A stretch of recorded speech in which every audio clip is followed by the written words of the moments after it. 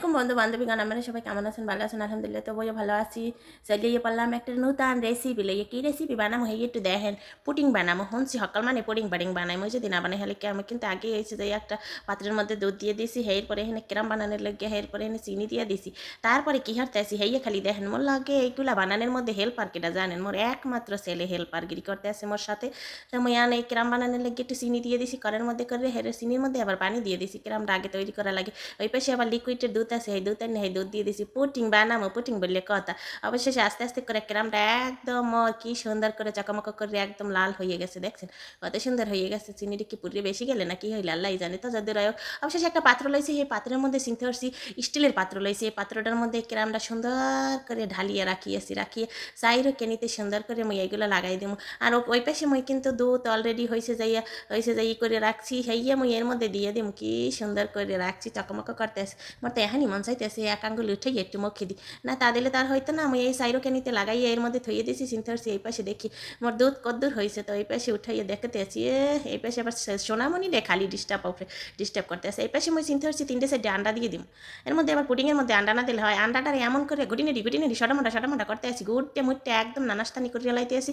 ওই মনে করেন যতক্ষণ নড়াচড়া করতে আসি ডিম যেন কোনো প্রকার একাত্রিত না হয়ে যায়। এর মধ্যে মই ডিমের মধ্যে একটু মনে করেন গরম পানি দিয়ে নিলাম।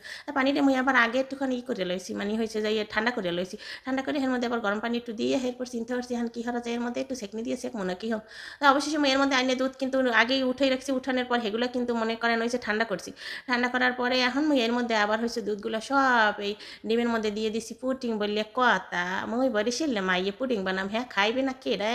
মজার সাথে কেউ খাইতেও পারবে না, আল্লাহ জানে। ওরা কিন্তু মোবাইল হাতের ধারে ধরে রাখছি যে কেমনে বানায়, এই দেখে বানাম। হে মানুষেরটা দেখি ইউটিউবে আর বানানোর চেষ্টা করতে আসি, কিন্তু আমি মোবাইল থইয়ে লাইছি। এগুলি কিন্তু আমার পলাগে মোর মোবাইলের দিকে এসে যাই, আমার হাতের দিক ধরেই বই রয়েছে। কী করার আছে এখন কি করবো মই চিন্তা করতে আসি। নাড়াচাড়া করার পর এখন সেকনি দিয়ে মই এর মধ্যে দিয়ে দেবো। মই যে আগে যে ক্রামটা বানাই থইছি সেই ক্রামের মধ্যে এইগুলো এখন দিয়ে দেবো। সেকনি দিয়ে চাকানাকা করে এরপর এর মধ্যে দিয়ে দেবো। দেখবো কদ্দূর হইতে পারে। বাবা গো বাবা, সেকনি দিয়ে সেকেলে কী হয় জানেন? সেকনি দিয়ে সেকেলে এর মধ্যে যদি দুধ হয়েছে যে দুধ আর ডিম যদি একটু এর মধ্যে যদি সরের মতো পড়ে সেগুলো যাই উঠে যায়। কী করার আছে জোলা খাইতে মন লাগলে কত ধরনের ঝামেলা, হ্যাঁ কওয়ার মতো না বাবা। বানাইতেও মনে করেন হয়েছে 3-4 ঘন্টা লাগে।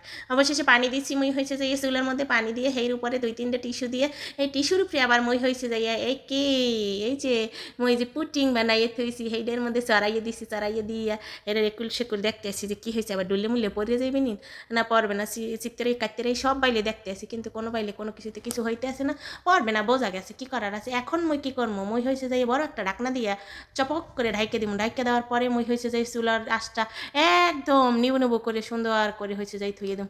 দেখি কি হইলে আবার পরোটার নি না না না পড়িস না, কিন্তু পড়িস না, কোনো প্রকার পড়িস না। অবশেষে আমার পুটিং বানানো হয়ে গেছে, দেখেছেন কত সুন্দর করে মই পুটিং বানাইতে জানি।